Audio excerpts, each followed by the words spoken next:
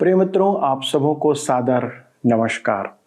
एक बार फिर हम आपके लिए सत्यवचन कार्यक्रम के साथ उपस्थित हैं।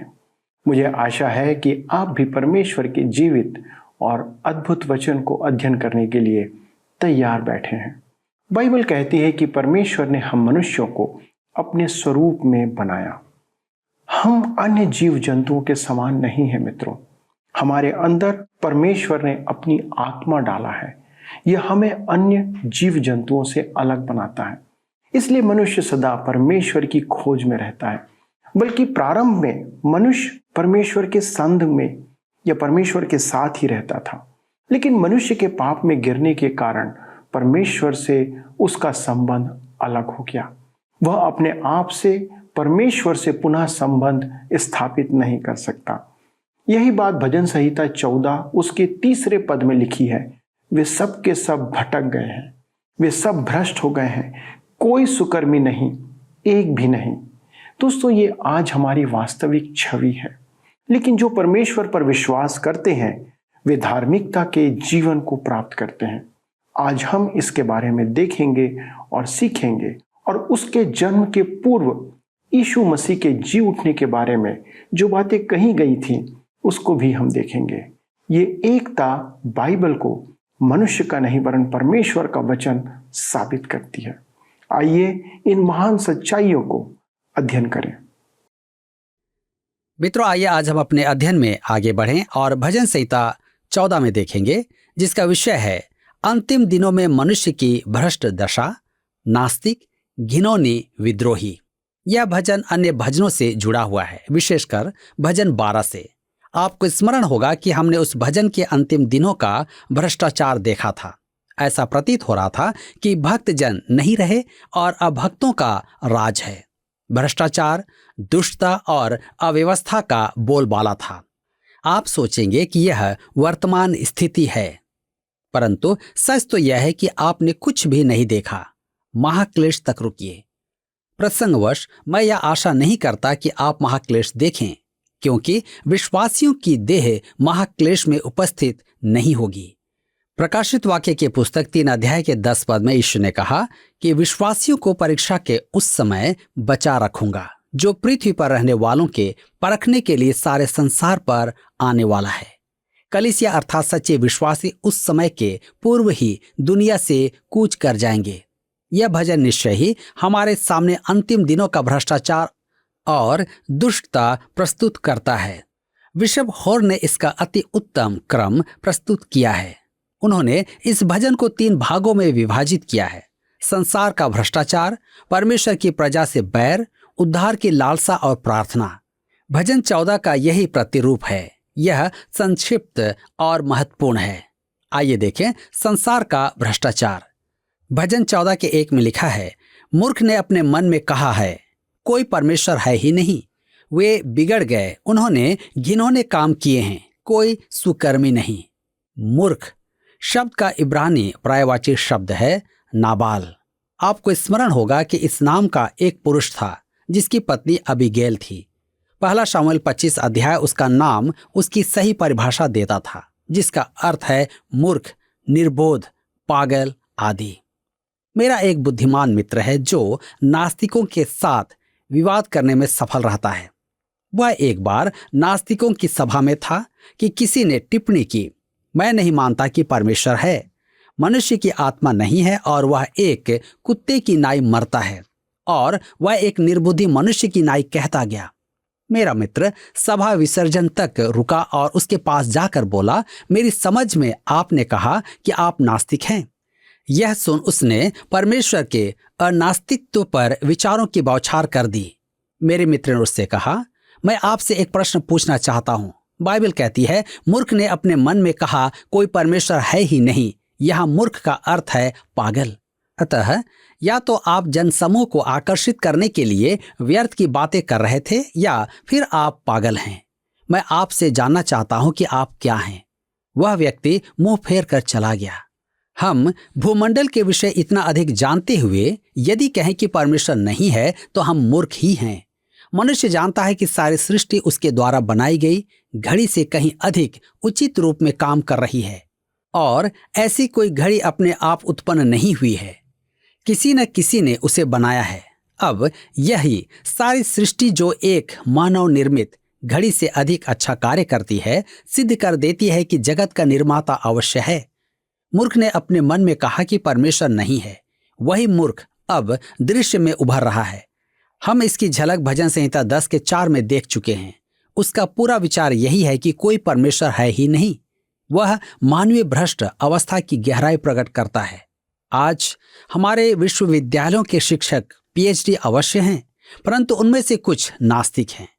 मैं बड़ी सावधानी पूर्वक कहता हूं कि मानवीय भ्रष्टाचार में मनुष्य की सबसे अधिक पतित अवस्था नास्तिकवाद है।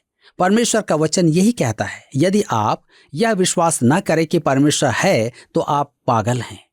आप में बुद्धि नहीं है। बौद्धिकता का उच्च स्तर रखना पर्याप्त नहीं है।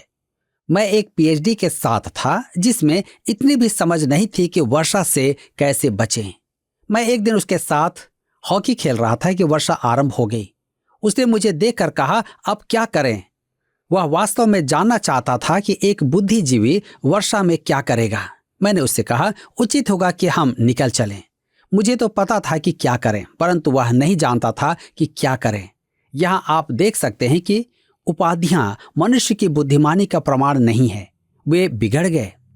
उन्होंने घिनौने काम किए हैं, कोई सुकर्मी नहीं। मुझे पूरा विश्वास है कि आप देखेंगे कि अधिकांश नास्तिक महापापी भी हैं। घोर अनैतिकता उनके गुणों में से एक है। कॉलेजों में प्रायः जाने वाले एक व्यक्ति ने मुझसे कहा, बड़े आश्चर्य की बात है कि नास्तिक होने का दावा करने वालों में घोर अनैतिक व्यवहार करने वालों की संख्या आश्चर्यजनक है। कुछ तो वास्तव में घिनौने काम करते हैं। मेरे कहने का अर्थ है भौतिक, शारीरिक घिनौने काम। भजन 14:2 में लिखा है, परमेश्वर ने स्वर्ग में से मनुष्य पर दृष्टि की है कि देखें कि कोई बुद्धिमान, कोई परमेश्वर का खोजी है या नहीं। और उसने क्या देखा? भजन 14:3 में लिखा है, वे सब के सब भटक गए, वे सब भ्रष्ट हो गए, कोई सुकर्मी नहीं, एक भी नहीं। रोमियो के पत्री 3:12 में पौलुस इस पद का संदर्भ देता है, सब भटक गए हैं, सब के सब निकम्मे बन गए हैं, कोई भलाई करने वाला नहीं है, एक भी नहीं। यहाँ पौलुस नास्तिकों के बारे में नहीं, सब के बारे में कह रहा है। मेरे विचार में आप भी नास्तिक हैं, परंतु हम सब पापी हैं। हम भलाई करने वाले नहीं हैं। मनुष्य की दशा भ्रष्ट हो चुकी है और वह प्रथम 3 पदों में मनुष्य की उस अवस्था का वर्णन करता है जहां वह अधिक से अधिक गिर सकता है। आइए देखें, परमेश्वर की प्रजा से बैर। वे परमेश्वर के ही नहीं, परमेश्वर की प्रजा के भी विरोधी हैं। भजन 14:4-6 में लिखा है, क्या किसी अनर्थकारी को कुछ भी ज्ञान नहीं रहता, जो मेरे लोगों को ऐसे खा जाते हैं जैसे रोटी, और परमेश्वर का नाम नहीं लेते। वहां उन पर भय छा गया, क्योंकि परमेश्वर धर्मी लोगों के बीच में निरंतर रहता है। तुम तो दीन की युक्ति की हंसी उड़ाते हो, परंतु यहोवा उसका शरण स्थान है। मेरा एक मित्र है जो कॉलेज में पढ़ाता है। वह मुक्त विचारवादी है। वह राजनेताओं को कार में घूमने वाले मुक्त विचारवादी कहता है।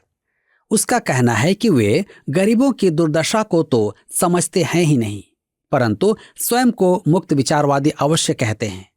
वे लूका सुसमाचार में वर्णित उस धनवान पुरुष के समान हैं जो मन को समझाने के लिए द्वार पर बैठे गरीब लाजर के लिए चूर चार गिरा देता था। इसे हम लूका 16 उसके 20 और 21 पद में पढ़ते हैं। मेरे मित्रों, मैंने आज तक ऐसा कोई धनवान पुरुष या मनुष्य नहीं देखा जो गरीबों के लिए अपना धन बांट दे। वह तो हम गरीबों पर कर लगाकर हमारी जान निकाल देते हैं, परंतु स्वयं कर से बचते हैं।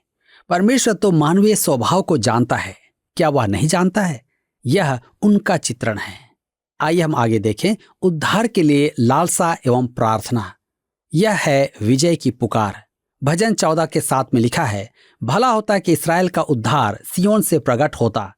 जब यहोवा अपनी प्रजा को दासत्व से लौटा ले आएगा, तब याकूब मगन और इस्राएल आनंदित होगा। यह पद उस महिमा में दिन की आशा प्रकट करता है जिस दिन सियोन से इस्राएल का उद्धार आएगा।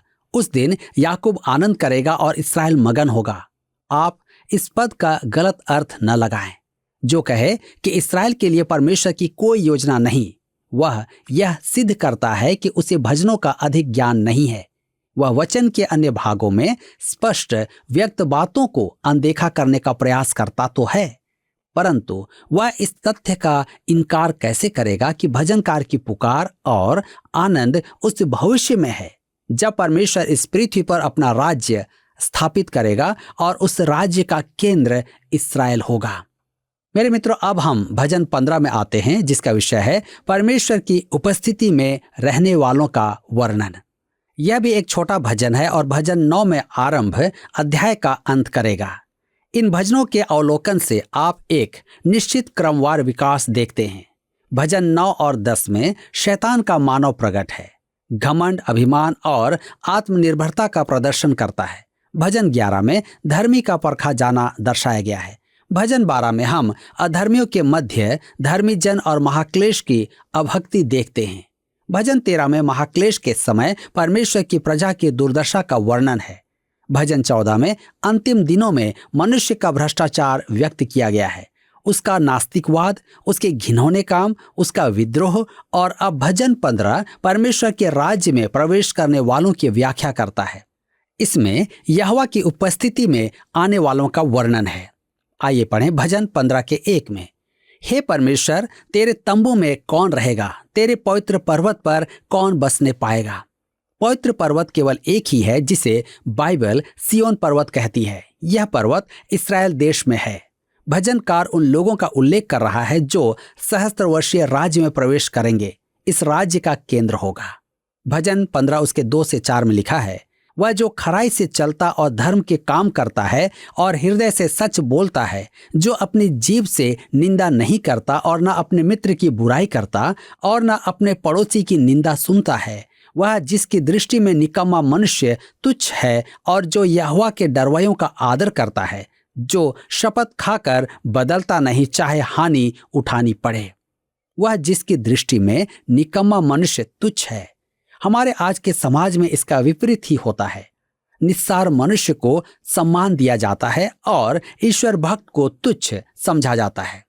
जो शपथ खाकर बदलता नहीं चाहे हानि उठानी पड़े, अर्थात वह जो सच कहता है और अपने आप को बचाने के लिए बदलता नहीं।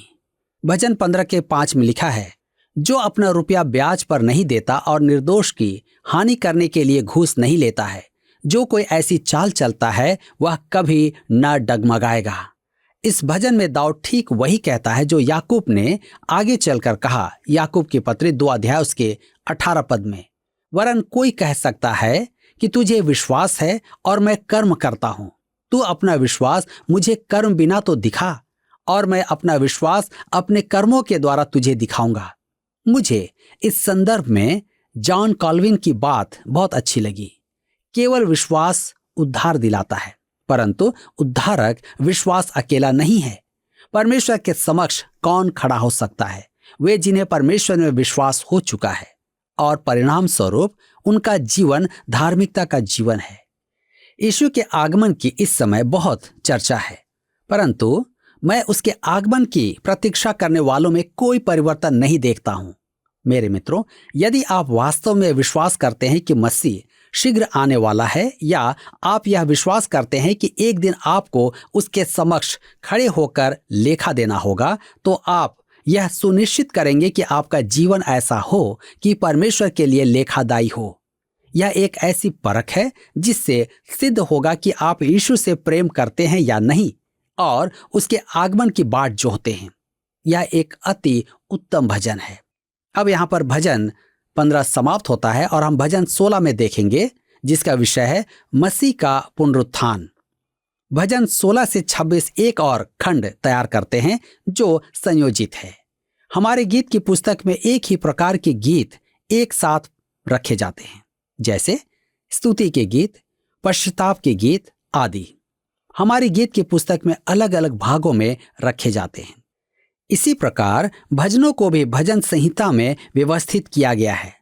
इन 9 भजनों का शीर्षक विश्वास योग्य शेष इस्राएलियों की भविष्यवाणी मसीह की भविष्यवाणी के साथ मिला दी गई है।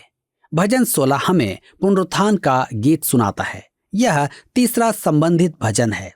यह मसीह के जीवन को स्पर्श करता है। पद 8 मसीह की मृत्यु, पद 9 मसीह का पुनरुत्थान, पद 10 मसीह के स्वर्गारोहण, पद 11 का वर्णन करता है। मसीह का पुनरुत्थान इस भजन से नए नियम में 3 अलग अलग स्थानों पर संदर्भित किया गया है। मेरे मित्रों, इस भजन को दाऊद का मिक्ताम कहा गया है। मिक्ताम शब्द का मूल अनिश्चित है। मार्टिन लूथर ने इसका अर्थ निर्धारण इस प्रकार किया, एक सुनहरा रत्न। मेरे विचार में यह वास्तविक अर्थ के अत्यधिक निकट है। भजन 56 से 60 भी मिक्ताम भजन कहलाते हैं। इस भजन का मसीही अर्थ नए नियम में पवित्र आत्मा की गवाही द्वारा पुष्ट किया गया है। इसे हम आगे चलकर देखेंगे। तो आइए हम इस भजन को दाऊद का सुनहरा रत्न कहें, क्योंकि वह अपने वंश से आने वाले की बाट जोह रहा है, जिसके बारे में वह कहने योग्य है, यह मेरा परिपूर्ण उद्धार है। भजन संहिता 16 के 1 में लिखा है, हे ईश्वर मेरी रक्षा कर, क्योंकि मैं तेरा ही शरणागत हूं। यह पद प्रभु मसीह की वाणी की प्रतिध्वनि है, जब उसने कहा था यूहन्ना रचित सुसमाचार 5 उसके 30 पद में, मैं अपनी इच्छा नहीं अपने भेजने वाले की इच्छा चाहता हूं। प्रभु यीशु ने मानव रूप धारण करके स्वेच्छा से इस पृथ्वी पर अधीनता का जीवन अपनाया था। हम सब जो अकिंचन मानव हैं, घमंड से भर जाते हैं और स्वयं को ऊंचा उठाना चाहते हैं। आज अनेक उच्च पदासीन मनुष्य हैं, राजनेता, वैज्ञानिक, शिक्षक, नेता, पदाधिकारी आदि। ये लगभग परमेश्वर का स्थान ले चुके हैं। परंतु सच तो यह है कि हम इस पृथ्वी पर एक मूली से बढ़कर नहीं हैं, वह भी छोटे छोटे मूली से। हमारा वास्तविक मूल्य अधिक नहीं है। हम स्वर्गदूतों से कम बनाए गए हैं। देखिए इब्रानियों के पत्री 2 अध्याय उसके 6 से 7 पद में लिखा है, और जब पहलौठे को जगत में फिर लाता है तो कहता है कि परमेश्वर के सब स्वर्गदूत उसे दंडवत करें। और स्वर्गदूतों के विषय में यह कहता है कि वह अपने दूतों को पवन और अपने सेवकों को धधकती आग बनाता है। मुझे इसी स्थान पर रहना है, परंतु प्रभु यीशु के लिए आवश्यक नहीं था। वह तो स्वेच्छा से मनुष्य बना था। मैं मानव जाति में जन्म लेकर प्रसन्न तो हूं, परंतु मुझे यह भी बोध होना आवश्यक है कि मनुष्य वास्तव में क्या है। परमेश्वर मेरे लिए और मेरे साथ, वरन उसके सब विश्वासियों के साथ जो करेगा वह मुझे आनंद प्रदान करता है। भजनकार कहता है, हे ईश्वर मेरी रक्षा कर, क्योंकि मैं तेरा ही शरणागत हूं। प्रभु यीशु का कैसा अद्भुत चित्रण! यह दाऊद का भी चित्रण था और निश्चय ही आपका और मेरा भी है। भजन 16 के 2 में लिखा है, मैंने परमेश्वर से कहा, तू ही मेरा प्रभु है, तेरे सिवा मेरी भलाई कहीं नहीं। आप कार में सवार हुए होंगे या पर्वतों में भ्रमण किए होंगे या समुद्री तट पर विचरण किए होंगे और आंखें स्वर्ग की ओर उठाकर कहे होंगे, हे प्रभु तू मेरा सृजनहार है, मेरा उद्धारकर्ता, मेरा प्रभु है। क्या आपने कभी उससे यह कहा है? मेरे पास बेटे हैं। आप कल्पना नहीं कर सकते कि एक पिता होना क्या है, जिसका बेटा उसकी गोद में चढ़कर गले में बाहें डालकर कहे, आप मेरे पापा हैं। यह अद्भुत अनुभव है। हमारा एक स्वर्गीय पिता है जिसने हमें अपने स्वरूप में रचा और मेरे विचार में वह चाहता है कि हम उसके पास आकर उससे कहें, तू मेरा प्रभु है। क्या आपने इन दिनों में उससे यह कहा है? मत्ती 7 उसके 22 और 23 के घमंडियों की तरह न बने। उस दिन बहुत से लोग मुझसे कहेंगे, हे प्रभु, क्या हमने तेरे नाम से भविष्यवाणी नहीं की और तेरे नाम से दुष्ट आत्माओं को नहीं निकाला और तेरे नाम से बहुत से आश्चर्य कर्म नहीं किए? तब मैं उनसे खुलकर कह दूंगा, मैंने तुमको कभी नहीं जाना। हे कुकर्म करने वालों, मेरे पास से चले जाओ। ये वे लोग हैं जो उसे प्रभु तो कहते हैं परंतु उसे जानते नहीं थे। मैं उसे प्रभु कहूं तो मैं उसे सार्थक निभाऊं भी। भजन 16 के 3 में लिखा है, पृथ्वी पर जो पवित्र लोग हैं वे ही आदर के योग्य हैं और उन्हीं से मैं प्रसन्न रहता हूं। देखिए वह अपने भक्तों का प्रभु है। यह सौभाग्य सबका नहीं है, जैसा कि अगला पद दर्शाएगा। भजन 16 के 4 में, जो पराये देवताओं के पीछे भागते हैं उनका दुख बढ़ जाएगा। मैं उनके लहू वाले अर्घ नहीं चढ़ाऊंगा और उनका नाम अपने होठों से नहीं लूंगा। जो पराये देवता के पीछे भागते हैं उनका दुख बढ़ जाएगा। देवता शब्द अनुवादों द्वारा जोड़ा गया है। इस पद का अर्थ है कि मनुष्य किसी अन्य वस्तु को देवता समझकर उसके पीछे भागता है। दाऊद के युग में अन्य जातियों के भी देवता थे जिनके नाम दागोन और बाल थे। मुझे उन लोगों पर आश्चर्य होता है जो कहते हैं कि उनका कोई विश्वास नहीं है। मुझे किसी ने कहा, मैं विश्वास वचन में आस्था नहीं रखता हूं, और आपका विश्वास वचन है, आप किसी विश्वास वचन में आस्था नहीं रखते हैं। आप इस विषय में कुछ नहीं कर सकते। आपका विश्वास वचन स्वतः ही विकसित हो जाता है। मैं आपको बताना चाहता हूं कि एक आराधनालय सड़क के किनारे था और उस पर लिखा था, विश्वास वचन नहीं परंतु केवल मसीह। यह उनका विश्वास वचन था जो बहुत अच्छा था, जबकि वे उस कथन के अनुरूप सत्य की घोषणा नहीं कर रहे थे। भजन 16 उसके 5 और 6 में लिखा है, यहोवा मेरा भाग और मेरे कटोरे का हिस्सा है, मेरे भाग को तो स्थिर रखता है। मेरे लिए माप की डोरी मन भावने सीन में पड़ी और मेरा भाग मन भावना है। कैसी अद्भुत बात! यहोवा मेरा भाग और मेरे कटोरे का हिस्सा है। प्रभु इस संसार में आया और मनुष्य रूप धारण करके पाप और दुख के संसार में रहा। वह यहाँ एक परदेशी था। वह यहोवा में आनंद करता था। उसके जीवन में शांति और आनंद था। उसने कहा, मेरा भाग और मेरे कटोरे। भाग और कटोरे में क्या अंतर है? मेरा भाग वह है जो मेरा है, चाहे मैं इसका आनंद लूं या न लूं, वह मेरा ही है। कटोरा वह है जिसे मैं परिश्रम द्वारा अपना बनाता हूं। उदाहरण के लिए, मेरे बेटे के प्लेट में जो खाना परोसा जाता है वह उसका भाग है, परंतु वह उसे टेबल पर गिराता भी है। अतः जो वह वास्तव में खाता है वह उसका कटोरा है। संसार में बहुत से ऐसे लोग हैं जो परमेश्वर से सब आशीषें पाते हैं, परंतु उनका आनंद नहीं ले पाते हैं। उनका कटोरा छलकता नहीं है, उनके कटोरे में अधिक नहीं है। परमेश्वर चाहता है कि हम जीवन का आनंद लें। यूहन्ना 10 अध्याय के 10 पद में यीशु ने कहा, मैं इसलिए आया कि वे जीवन पाएं और बहुतायत से पाएं।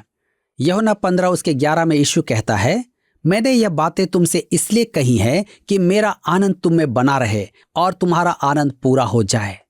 हम सब कभी कभी आनंद लेते हैं, सदा सर्वदा नहीं। हमें सदैव जीवन और आनंद से भरा पूरा रहना है। भजन 16 के 7 में लिखा है, मैं यहोवा को धन्य कहता हूं क्योंकि उसने मुझे सम्मति दी है, वरन मेरा मन भी रात में मुझे शिक्षा देता है। रात में जब आपको नींद नहीं आती तब आप क्या सोचते हैं? भजनकार परमेश्वर पर चित्त लगाता था। मेरे मित्रों, आज निश्चय ही हमें भी इस पर विचार करने की आवश्यकता है। क्या हम आनंदित हैं या नहीं?